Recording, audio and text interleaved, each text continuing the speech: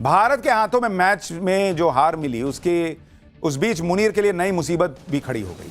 पूरे पाकिस्तान में जेल में बंद पूर्व पीएम इमरान खान के समर्थन में प्रदर्शन शुरू हो चुके हैं। इमरान समर्थक सड़कों पर उतरे हुए हैं। मुनीर वर्सेस इमरान खान का चैप्टर खुल चुका है। अदियाला जेल तक सिमटी लड़ाई अब पाकिस्तान की सड़कों पर फैल चुकी है। इमरान खान की आंख के बदले मुनीर की आंख मांगी जा रही है। कहीं बाइक रैली निकल रही है, कहीं सड़क पर ही धरना देने बैठ जा रहे हैं लोग, कहीं टायर जलाए जा रहे हैं, कहीं इमरान समर्थक सुरक्षा बलों से भिड़ जा रहे हैं। इमरान खान के सपोर्ट में पाकिस्तान के हर शहर में धरने प्रदर्शन हो रहे हैं। इमरान को जेल से बाहर निकालने के लिए नारेबाजी चल रही है।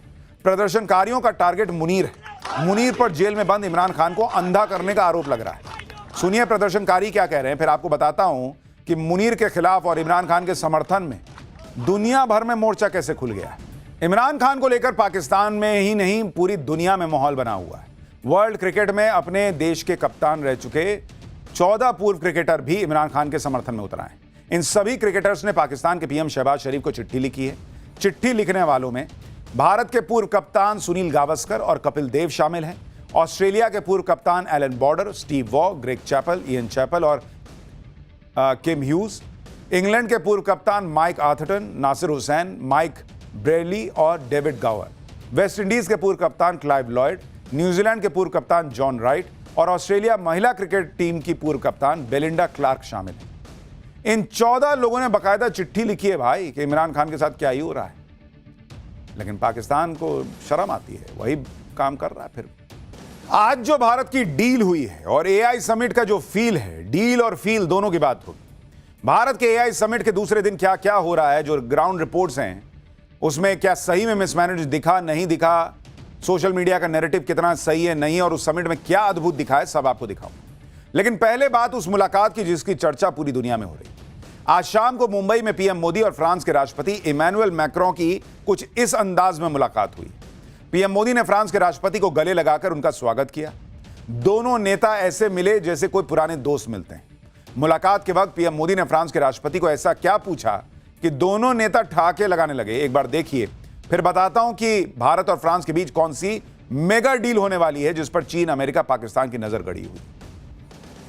Welcome my friend. How are you? Everything is okay? Yeah, Enjoyed Mumbai? I love. In the morning went for jogging? Yeah, you know everything. PM Modi जब फ्रांस के राष्ट्रपति से मिले तो जॉगिंग की बात कर रहे थे कि सुबह सुबह जॉगिंग चल गए। वो बोले अरे आपको सब पता है। दरअसल फ्रांस के राष्ट्रपति आज सुबह मुंबई में जॉगिंग करने निकल गए थे। ये देखिए, अपने बॉडीगार्ड को साथ में लेके फ्रांस के राष्ट्रपति को मुंबई के फुटपाथ पर भागता देख के लोग हैरान रह गए। अब फ्रांस के राष्ट्रपति हैं, उतना सिक्योरिटी का बहुत कंसर्न नहीं है। पीएम मोदी के लिए बड़ा मुश्किल है इस तरह से कहीं जाएं और निकल जाएं, लेकिन फ्रांस के राष्ट्रपति जॉगिंग करने निकल गए हाफ पैंट पहन के। बताइए, तो लोग वीडियो बनाने लगे कि अरे ये तो राष्ट्रपति है जी। मुंबई में फिल्म सितारों का फुटपाथ पर वॉक या जॉगिंग करना तो फिर भी लोग देख लेते, लेकिन फ्रांस के राष्ट्रपति जब मुंबई की सड़कों पर जॉगिंग के लिए उतर गए तो मुंबई वाले भी चौंक गए। बहुत लोग तो खैर पहचाने ही नहीं कि ये कौन है, उनको लगा कोई विदेशी अपना दौड़ रहा है। 2-3 बॉडीगार्ड वगैरह दिख रहा था। बाकी जिसने पहचाना उसने वीडियो बना लिया, अरे भाई ये तो राष्ट्रपति दौड़ रहा है। पीएम मोदी और भारत की बढ़ती ताकत पर कैसे दुनिया भरोसा कर रही है उसकी एक और तस्वीर आपको दिखाता हूं। आज मुंबई दौरे पर फ्रांस के राष्ट्रपति और पीएम मोदी ने एक ही कार में ट्रैवल किया। मुंबई में लोक भवन से निकलकर जब पीएम मोदी और फ्रांस के राष्ट्रपति दूसरे कार्यक्रम में गए तो एक ही कार में गए। पीएम मोदी ने इस तस्वीर को साझा किया है। फ्रांस के राष्ट्रपति मैक्रों पीएम मोदी के न्योते पर 3 दिन की यात्रा पर भारत आए। वो एआई समिट में शामिल होने के लिए दिल्ली भी आने वाले हैं। लेकिन फ्रांस के राष्ट्रपति के दौरे की सबसे बड़ी हाईलाइट भारत और फ्रांस के बीच राफेल डील है। यह वो डील है जिसे दुनिया की सबसे बड़ी डिफेंस डील में से एक माना जा रहा है, जिसे आजाद भारत की सबसे बड़ी डिफेंस डील कहा जा रहा है। कीमत के हिसाब से यह भारत की अब तक की सबसे बड़ी सैन्य डील मानी जा रही है और इसीलिए इसे mother of all defence deal कहा जा रहा है। मुंबई में फ्रांस के राष्ट्रपति और पीएम मोदी के बीच द्विपक्षीय वार्ता हुई है और इस बातचीत में राफेल पर भी चर्चा हुई है।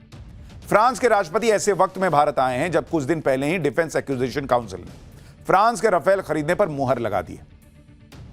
3,25,000 करोड़ में भारत फ्रांस से 114 राफेल खरीदने जा रहा है।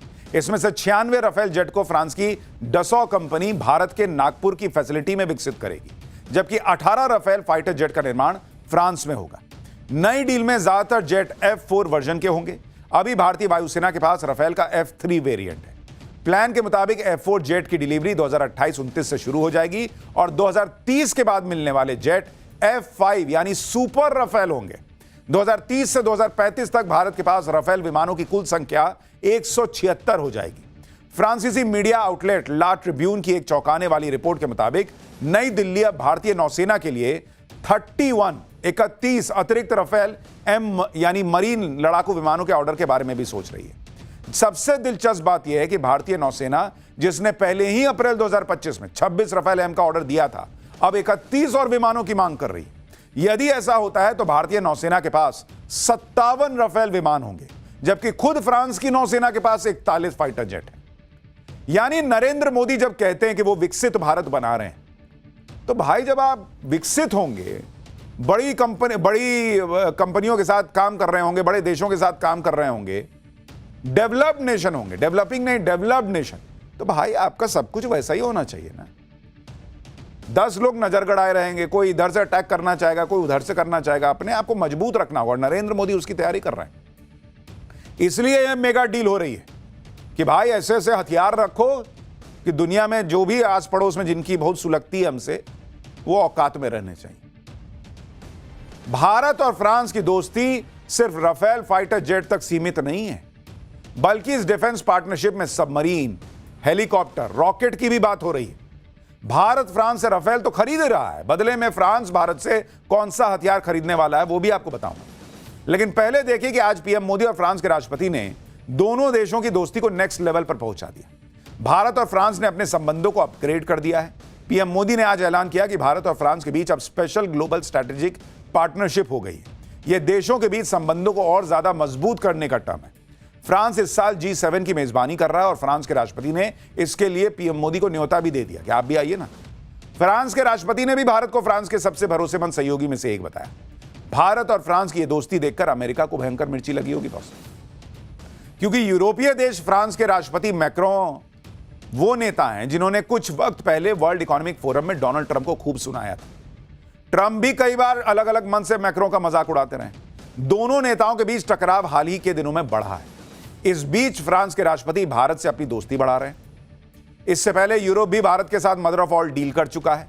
यानी ट्रंप से टक्कर लेने वाले यूरोप के बड़े बड़े देशों को भारत के रूप में एक भरोसेमंद पार्टनर मिल गया है।